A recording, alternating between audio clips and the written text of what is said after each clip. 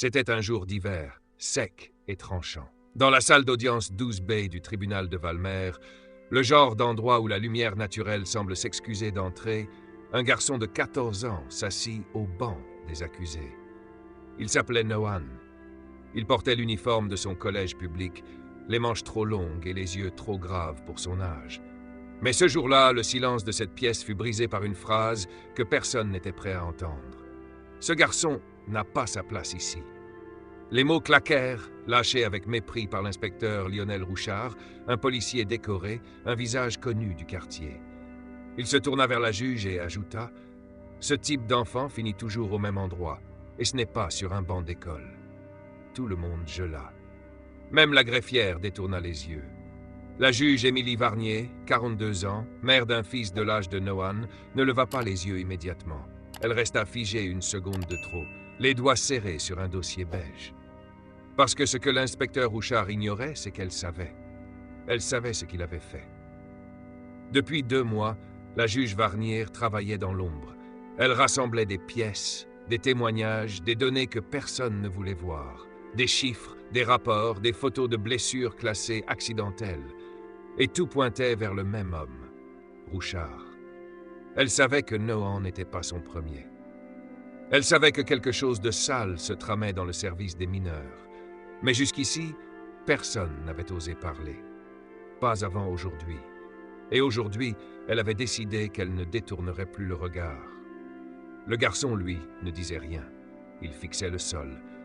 Sa mère, assise juste derrière lui, serrait son sac contre elle comme s'il pouvait la protéger de ce qui allait suivre.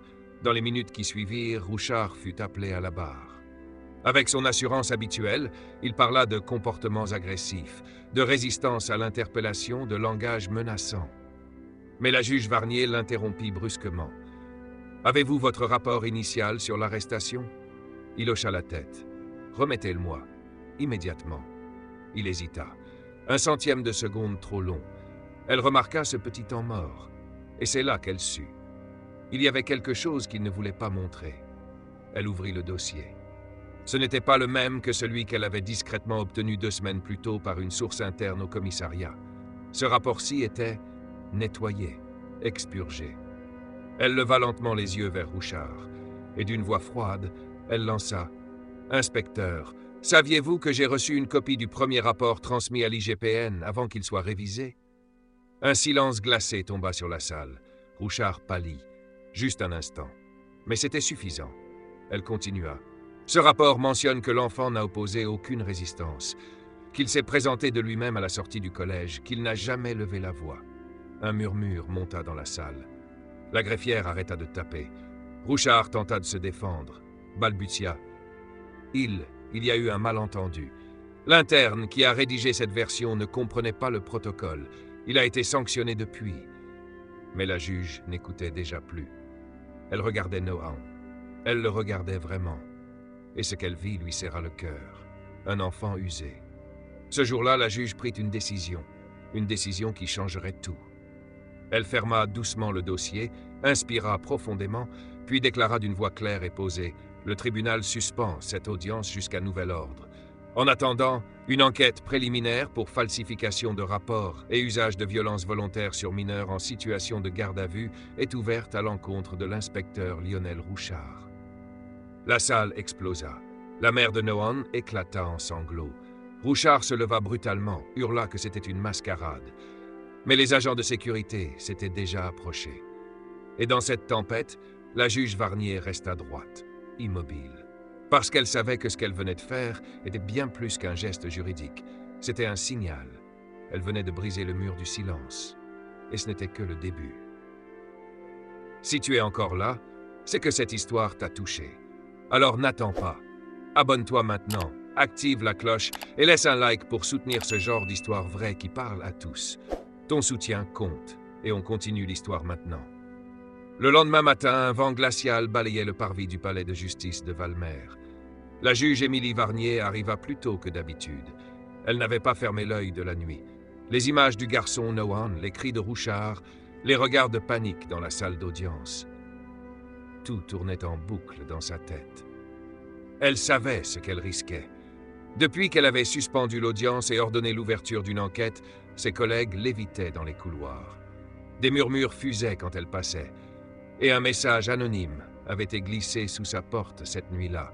« Arrêtez, ou vous tomberez avec lui. » Mais elle n'avait pas peur, parce qu'elle avait maintenant ce que Rouchard redoutait le plus, la preuve. Une vidéo, envoyée depuis une adresse inconnue, filmée à l'intérieur d'un commissariat. On y voyait un adolescent en larmes, menotté à une chaise, pendant que 3 policiers, dont Rouchard, hurlaient à son visage. Pas de coup visible, mais une terreur palpable. La peur brute, celle qui marque pour toujours. Et ce garçon, ce n'était pas Nohan. C'était un autre. Un certain Idriss, 13 ans, arrêté 4 mois plus tôt. Aucune charge retenue. Mais selon le fichier que Varnier avait récupéré, il avait fait une tentative de suicide 48 heures après sa garde à vue. Le lien était fait. Les visages se recoupaient. Les dates s'emboîtaient.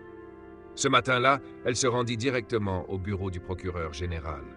Elle posa le dossier, le disque dur et le rapport sur le bureau. Si vous étouffez ça, vous vous rendez complice. Le procureur, un homme réputé pour sa prudence, resta de marbre. Puis, après un long silence, il déclara « Si ce que vous avancez est vrai, vous venez de déclencher une bombe. » 3 jours plus tard, la bombe explosa. Les journaux locaux publiaient les premières fuites. Violences policières sur mineurs, un commissariat de Valmer visé. Des manifestations éclatèrent. Des parents se réunirent devant le commissariat, brandissant les photos de leurs enfants blessés ou arrêtés sans motif. Le nom de Rouchard fut cité, puis ceux de 2 autres inspecteurs. Et au milieu de ce chaos, Nohan reprit la parole. Il accepta de témoigner. Sa voix était calme, presque détachée. Mais ce qu'il dit devant la caméra fut si précis, si glaçant, que personne ne put remettre en question sa sincérité.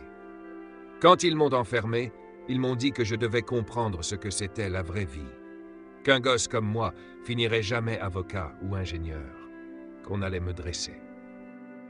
La vidéo fit le tour des réseaux. En 48 heures, elle fut visionnée plus de 5 millions de fois.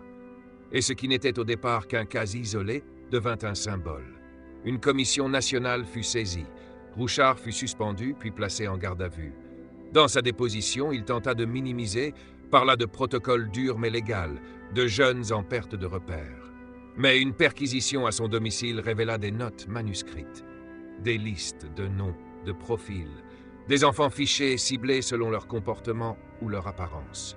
Le parquet ouvrit une enquête pour violences aggravées en bande organisée, faux et usage de faux, et discrimination raciale systémique. Pendant ce temps, la juge Varnier reçut des centaines de lettres, des parents, des éducateurs, des policiers eux-mêmes. Certains la remerciaient. D'autres lui demandaient de continuer. Elle comprit alors qu'elle n'était plus seule. 1 mois plus tard, elle monta à la barre comme témoin et déclara ceci devant la cour. Ce n'est pas un procès contre un homme. C'est un procès contre un système. Ce n'est pas la faute d'un inspecteur, c'est la faillite d'un silence collectif. Rouchard fut condamné à 14 ans de prison ferme. Les 2 autres inspecteurs écopèrent respectivement de 9 et 11 ans. Le commissaire fut démis de ses fonctions. Et Nohan, il reprit le collège, avec un suivi psychologique et une bourse d'études. Il veut devenir avocat. Il a dit à la juge un jour en sortant du tribunal « Madame, j'ai appris que la justice, c'est pas toujours ce qu'on voit à la télé. Mais ce jour-là, dans votre salle, j'ai vu ce que ça pouvait être. » C'était une histoire de douleur, de courage et de vérité. Parce que parfois, il suffit d'une personne qui dit non, d'un enfant qui ose parler, d'un adulte qui décide de ne plus détourner le regard. Parce que la justice n'existe pas si elle ne protège pas les plus vulnérables. Et parce qu'un jour, un garçon a été traité comme un criminel, alors qu'il n'était qu'un enfant. Si cette histoire t'a bouleversé, partage-la, parlant autour de toi. 2 ans plus tard, la ville de Valmer n'est plus la même. Le vieux commissariat où officier Rouchard a été fermé. Le bâtiment a été rasé. À la place, un centre d'accueil pour les jeunes a été construit. Il porte un nom qui résonne encore dans toute la région, le centre Malik Nohan. Un hommage à 2 histoires liées par la douleur, la résilience et la justice. Dans la grande salle lumineuse de ce centre, la juge Émilie Varnier prononce un discours. Ce jour-là, Elle quitte définitivement son poste. Pas pour prendre sa retraite. Non. Pour rejoindre une nouvelle mission, elle a été nommée médiatrice nationale pour la protection des mineurs en milieu judiciaire. « Je ne veux plus juger des enfants brisés », dit-elle devant une salle comble. « Je veux empêcher qu'ils le deviennent. » Son regard se pose sur la première rangée, là où Nohan est assis. À 17 ans, il a grandi. Il parle peu, mais il agit beaucoup. Il vient au centre tous les mercredis pour aider des plus jeunes à faire leurs devoirs, à se défendre, à comprendre leurs droits. Il anime des ateliers d'expression. Il parle de ce qu'il a vécu, mais sans haine, avec lucidité. Un journaliste lui a demandé récemment « Que ressens-tu quand tu repenses à tout ce que tu as traversé ?» Il a répondu « J'ai eu peur, j'ai eu honte, j'ai voulu me taire, mais aujourd'hui j'ai compris qu'on n'est jamais trop jeune pour exiger qu'on nous respecte et qu'on n'est jamais seul si quelqu'un écoute. » Sa vidéo de témoignage a été incluse dans des programmes de formation à l'École nationale de la magistrature. On l'étudie dans les commissariats. Des centaines de jeunes l'ont contacté. Certains l'appellent « le gamin qui a fait tomber un mur ». Mais Nohan ne cherche pas les projecteurs. Ce qu'il veut, c'est construire. L'année prochaine, il partira étudier le droit à Toulouse. Avec une idée en tête, devenir juge pour enfants. Pas pour punir, dit-il, pour protéger. Et Idriss, il va mieux. Grâce à la fondation mise en place après le procès, il a pu intégrer une école d'art. Il expose désormais ses peintures. Sa dernière toile s'intitule « Silence brisé ». Sur la toile, on voit une silhouette juvénile entourée d'un monde immense, mais une lumière sort de sa bouche, brise une chaîne et éclaire tout le décor. La juge Varnier a acheté la première reproduction. Elle l'a accrochée dans son nouveau bureau à Paris. Et puis, il y a un détail que peu de gens connaissent. 1 an après le procès, la Cour de cassation a confirmé les peines, mais elle a aussi validé une notion rarement reconnue jusqu'ici, le racisme institutionnel reconnu comme circonstance aggravante dans les violences commises par une autorité publique. Une première. Ce précédent juridique porte désormais un nom officieux dans les milieux juridiques. La clause Varnier. Dans une interview accordée à une émission spéciale de France 5, Émilie Varnier a confié « Ce que j'ai appris dans cette affaire, c'est que la loi n'est pas juste par nature. Elle devient juste quand on a le courage de l'appliquer contre ceux qui pensent en être au-dessus. » Et c'est ainsi que l'histoire d'un garçon silencieux, d'une juge qui a ouvert les yeux et d'un inspecteur qui se croyait intouchable est devenue un chapitre de l'histoire judiciaire française. Pas un conte de fées, mais une vérité. Une preuve que parfois, la justice gagne et que parfois, il suffit d'un garçon qui lève les yeux et d'une femme qui refuse de les baisser. Si cette trilogie t'a bouleversé, partage-la, commente et surtout, abonne-toi à notre chaîne pour que ces histoires continuent d'exister. Chaque vue, chaque like, chaque voix compte.